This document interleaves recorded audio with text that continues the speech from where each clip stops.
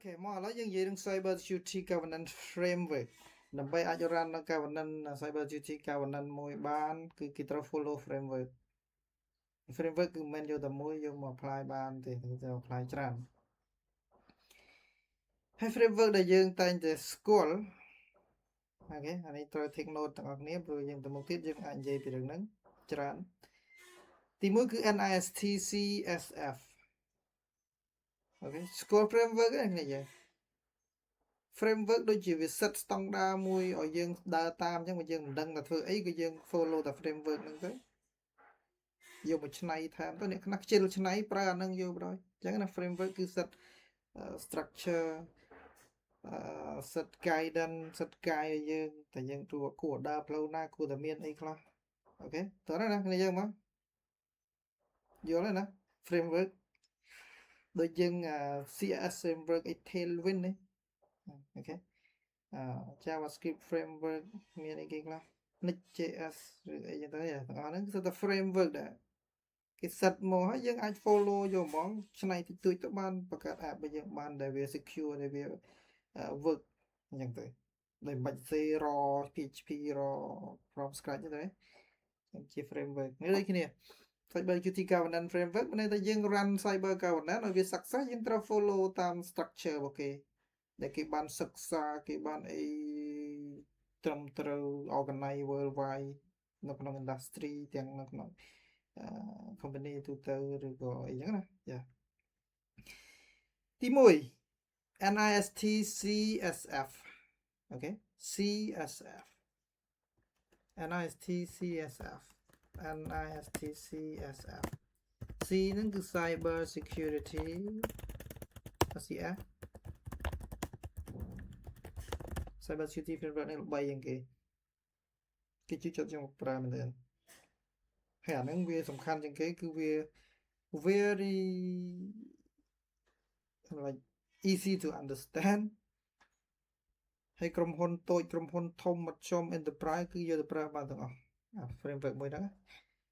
ដែលគេរៀបចំឡើងដោយ National Institute of Standard and Technology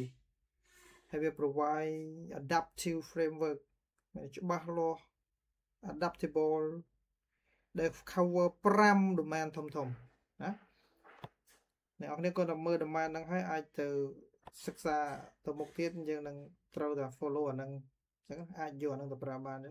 ឧទាហរណ៍ពេលយើងគិតនឹង cyber security គឺគេឲ្យគិត5 domain ហ្នឹងតែពេលវាមាន domain ច្រើនណាលើសពីហ្នឹងប៉ុន្តែអានេះគឺវា set baseline យ៉ាយើងចង់ implement security បើយើងចង់បង្កើត cyber security program មួយអាចយកអា framework នឹងទៅប្រើបានគឺត្រូវតែមានឧទាហរណ៍ identify តែយើង identify asset identify អីមិនគេមានក្នុង category គេនឹង sub category គេច្រើនណាអញ្ចឹងគ្រូចូលនេះគ្រូអូទៅក្រោមតិចគ្រូបាន capture មួយចំនួនដែរនេះគឺបែបហ្នឹងអញ្ចឹងគេឲ្យមួយជា framework អញ្ចឹងមក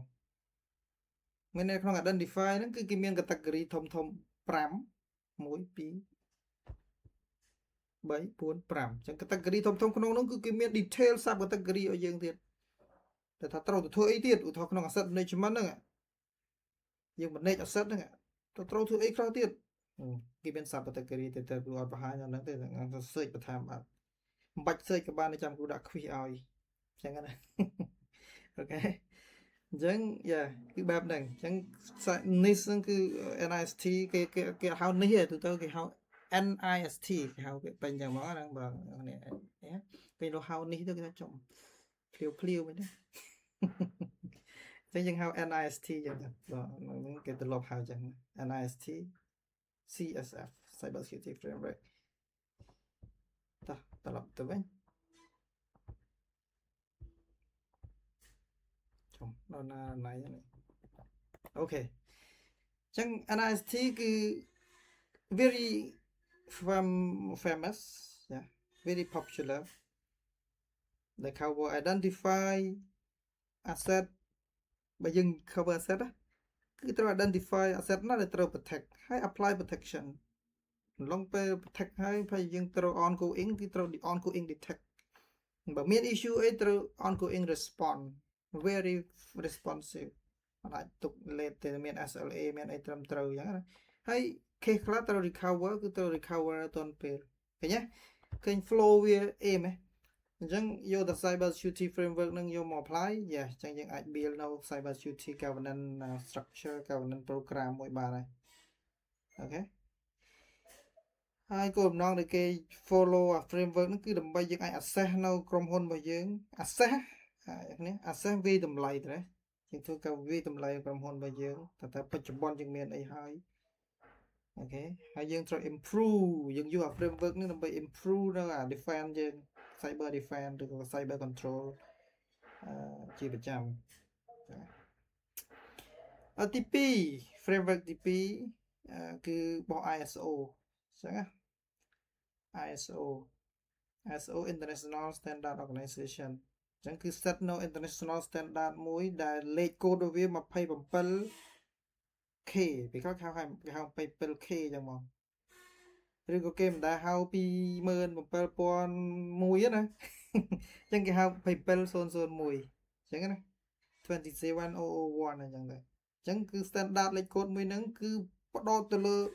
build cyber security program មកតែវាមិនមែនថា cyber ទេ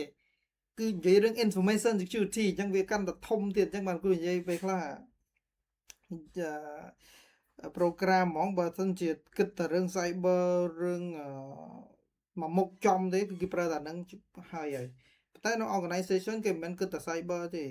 គេគិតជា information security system ដើម្បី prod ហ្មងណាដើម្បីធានាទៅលើ security ទៅលើ information ចឹងมันវាមិនមែនត្រឹម cyber program ទេប៉ុន្តែវា information security management system ហើយចាំទៅអាហ្នឹងគឺថ្ងៃក្រោយបើយើងឃើញ ISMS គឺគេសំដៅទៅលើអីគេ ISMS គឺសំដៅលើ information security management system អានេះរៀងដូចអីគេយើងរៀន database ហ្នឹងគេហៅអីគេ information system អីគេផ្លេចបាន DBMS ថត DBMS អញ្ចឹង database management system គឺអក្សរកាត់មួយរបស់information security management system អញ្ចឹងអូខេហើយនេះគឺ highly sought after the global compliance ចង់ដឹងថាវាយ៉ាស់ global ហើយហ្នឹងក្រុមហ៊ុនភាគច្រើនហ្មងហើយនេះអត់ប្រកាន់ស្ថាប័នណាទេណា27001ហ្នឹងគឺអត់ប្រកាន់ស្ថាប័នណាទេចឹងបើអ្នកនរគ្នារៀនធ្វើការនៅក្រុមហ៊ុនណាគេយកអា standard ហ្នឹងទៅ apply បានដែរហើយបើចង់ឲ្យ access ឲ្យបានសញ្ញាបត្រដើម្បីឲ្យក្រុមហ៊ុនយើងទទួលស្គាល់ ISO 27001គឺយើងអាច apply បានឲ្យគេចុះវាតម្លៃមកយើងអាចបានសញ្ញាបត្រហ្នឹងជាងដែលឃើញក្រុមហ៊ុនផលិតសាប៊ូឬក៏ក្រុមហ៊ុនអីក៏ដោយគេចេញមកគេមាន ISO ម៉ានអញ្ចឹងណាចាដូចគ្នានៅក្នុងប្រព័ន្ធ cyber security យើងគឺយើងអាច apply ដើម្បី make sure ថា system របស់យើងវា comply ជាមួយនឹង standard មួយហ្នឹងអញ្ចឹងគេអាចវាតម្លៃហើយគេចេញសញ្ញាបត្រឲ្យយើងសញ្ញាបត្ររបស់ក្នុង cyber ទូទៅមួយឆ្នាំត្រូវ renew ម្ដងហើយអញ្ចឹងណាដើម្បី make sure ថាយើងមិនមែនបានម្ដងហើយលេងអត់ខ្វល់អញ្ចឹងណាត្រូវតែ ongoing រហូតហើយសញ្ញាបត្រគេចាញ់ឲ្យតែមួយឆ្នាំ expire អញ្ចឹងឆ្នាំក្រោយត្រូវ assess តទៀត continue comply រហូតអញ្ចឹងទៅCOVID yes COVID ហ្នឹងគឺសម្រាប់ audit គ្រូអត់ជជែកច្រើនទេ COVID ហ្នឹងគឺវាចឹងគឺសម្រាប់ control objective ហើយ related to technology with more about IT ទូទៅអាហ្នឹង very កាន់តែ prod ទៅទៅពេលកាន់តែ prod អញ្ចឹងពេលចឹង audit ប្រើអាហ្នឹង audit ក៏ចូលចិត្តអាហ្នឹងព្រោះគាត់យកអាហ្នឹងមួយទៅវា prod អូខេ